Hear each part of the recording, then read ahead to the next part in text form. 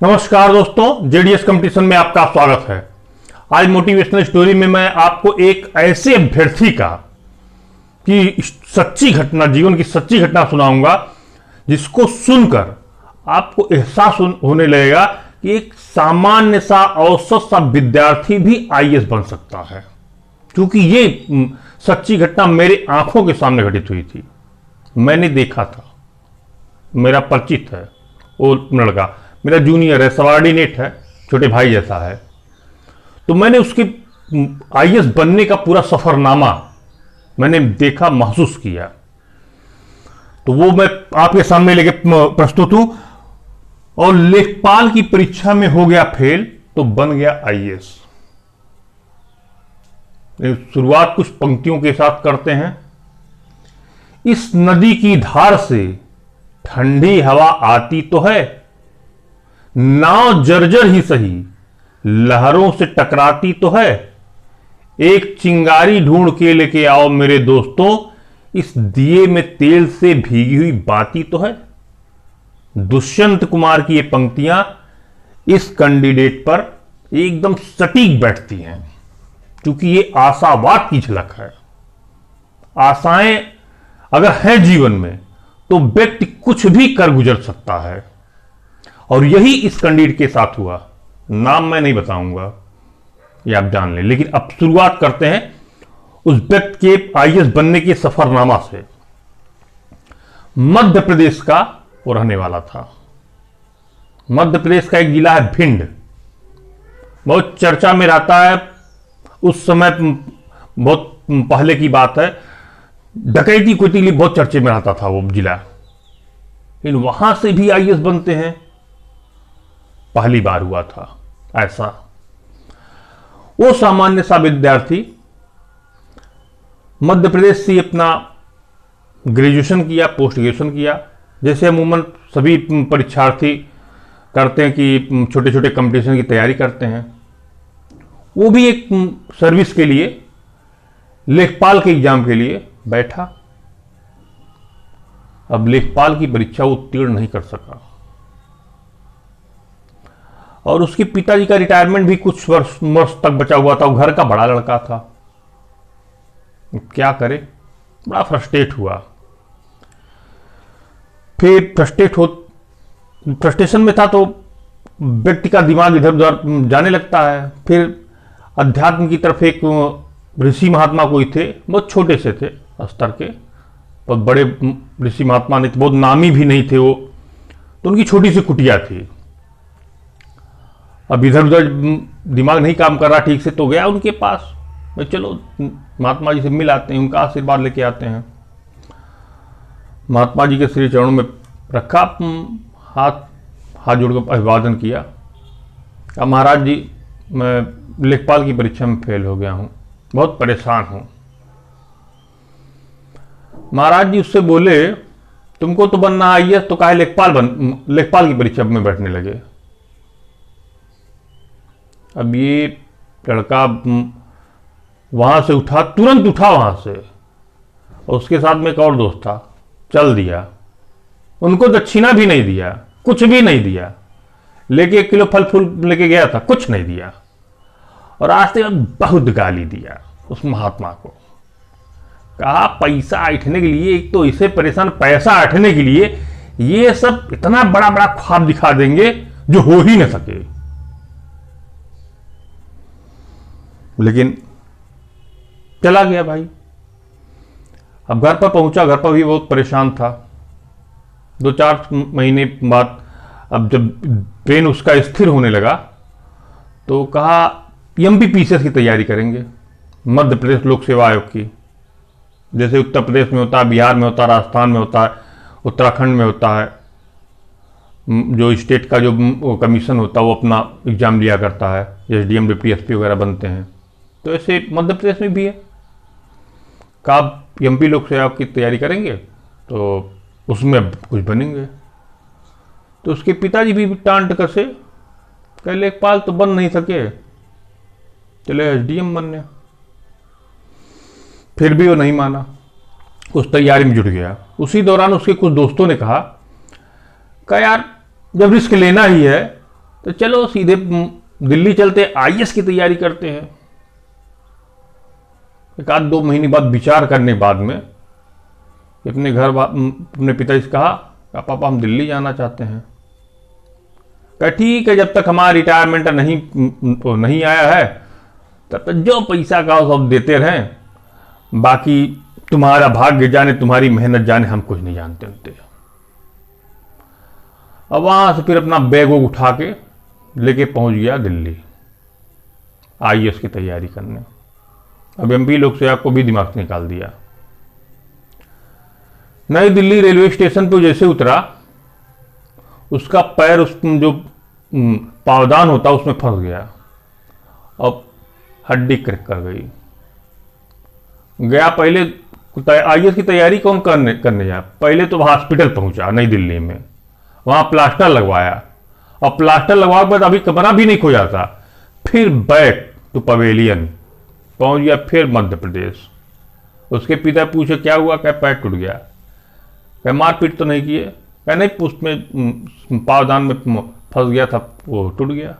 अब गार्जियन जानते ही हैं, पेट टांट कसे। कहा है जब अपना तुम पैर नहीं संभाल सकते तो जिला का संभालोगे। हूं परेशान। फिर पैर 1 महीना 1.5 महीने कंप्लीट हुआ, अगेन पुनः पहुंचा दिल्ली।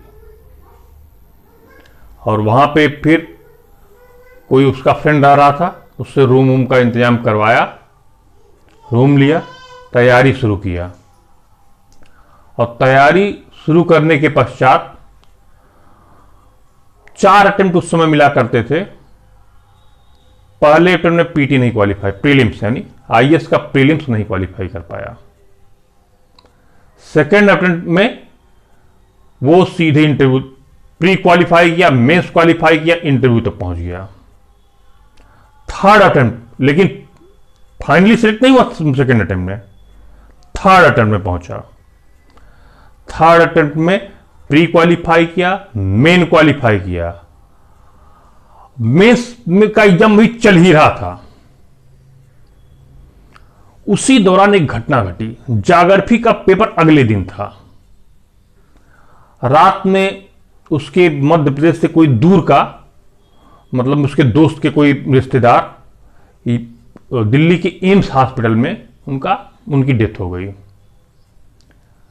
अब कोई दिल्ली में उनका परिचित था नहीं, इसी को कॉल किए, बस से पहुंच गया एम्स।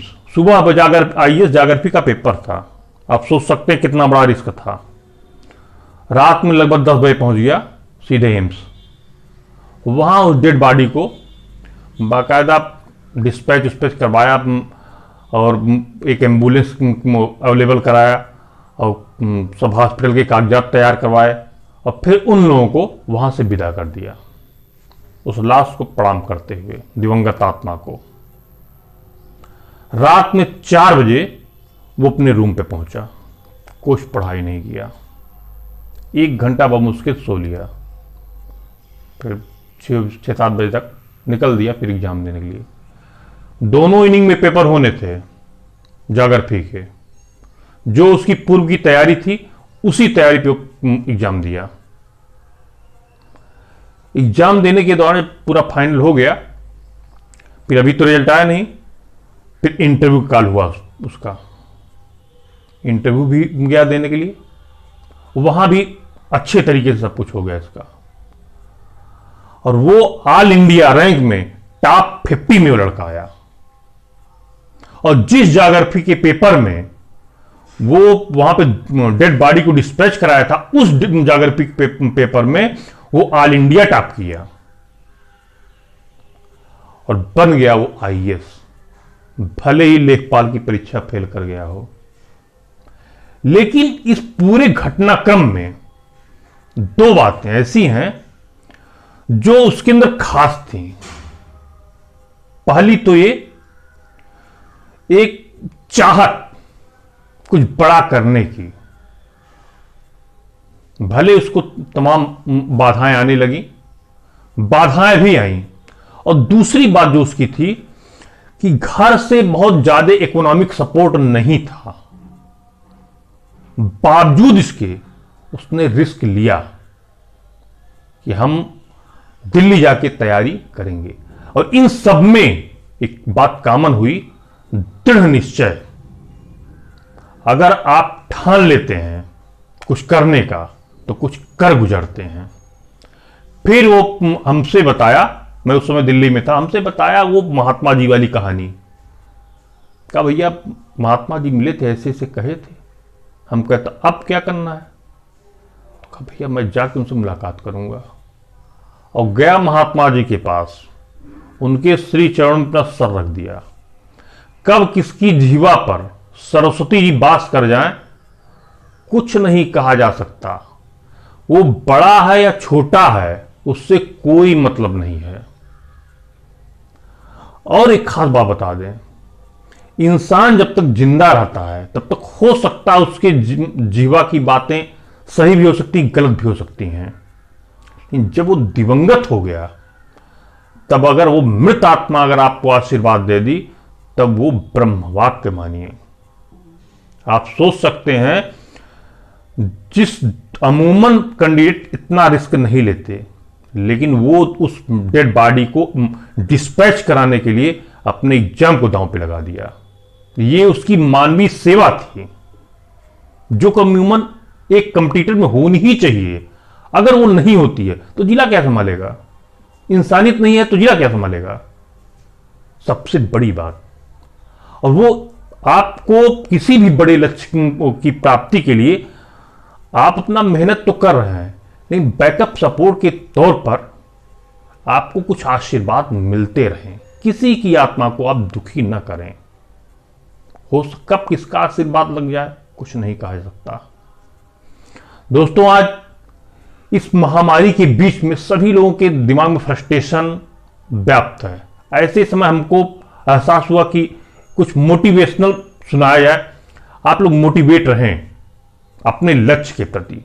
भले ही कितनी एक महामारी आपके जीवन में एक संकट लेके आई है, लेकिन इससे जूझते हुए आगे बढ़ें।